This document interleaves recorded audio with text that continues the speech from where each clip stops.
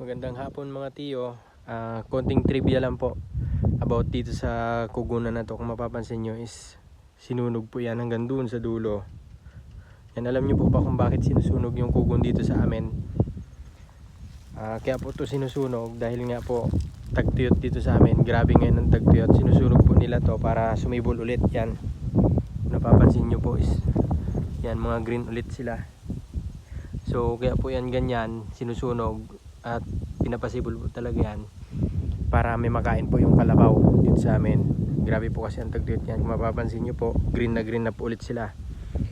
So kung yan po ay hindi sinunog, ganun po ang kulay niyan.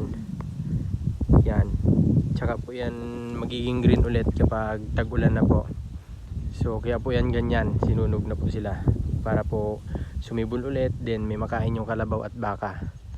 So yan, ganyan siya mga katiyo.